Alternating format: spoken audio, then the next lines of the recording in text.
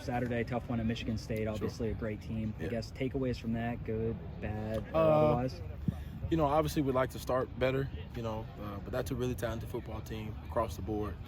Won't be surprised if they go pretty far. Takeaways from it, I really like the fact that we didn't lay down in the second half.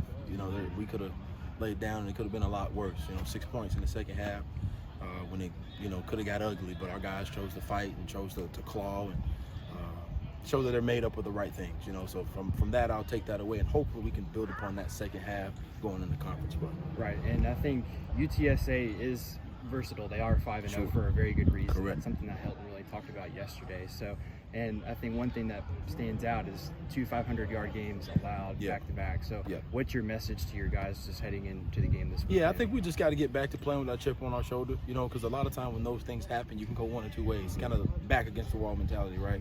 You can choose to fight or you can choose to hide. I think we got to choose to fight, much like we did in the second half. That's why I think that piece shows that we're on the brink of it. What we can be capable of, we just got to put it all together. And I think the guys are growing with reps. I think the guys are growing together, and the pieces are starting to come together. We just got to put it on, and it'll come at the right time. You guys have obviously seen some incredibly talented running attacks this year. Army does what they do. Get the leading rusher in the nation with Kenneth Walker last week. Doesn't get any easier this week with Sincere McCormick, on film. What impresses you about him, and does he remind you of, anybody that you played so far? I would say he's closest to Carr from Indiana. Has that same motor, has that same patience, that same vision, that same burst, bounces off a lot of tackles, more compact, but does a good job of running behind his pads and running with power. So I think even though he's not, 6 foot, he does run with a ton of power, and he runs behind his pads. Got a big old line.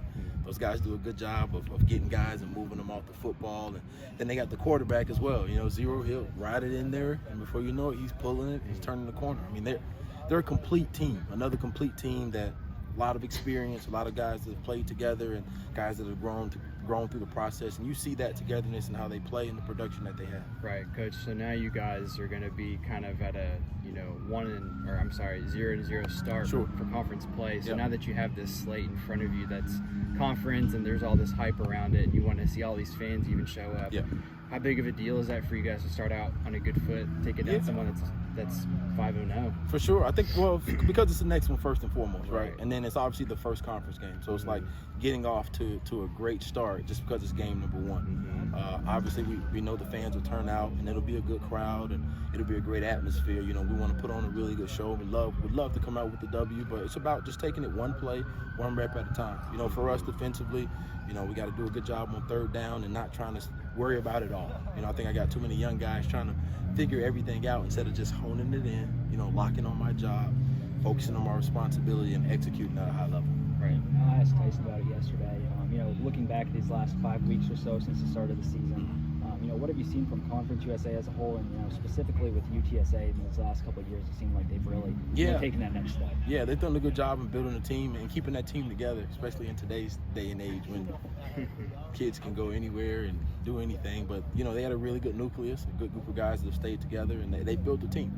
And I think that shows when you have that continuity in the team. That's how you get five in those starts. That's how you get production on offense, because everybody's on the same page. Everybody knows the culture. Everybody's been there. You can kind of bypass all that other stuff and get the football. So I think just hearing you say that you've got some young guys that maybe think too much. Who do you kind of like early on, these few weeks into the season? I know that, it's very early to tell who you may like a lot, but who do you think has really stepped up to the plate that's kind of young on that? I like the two corners. I think they're coming along between Beanie and Khalif.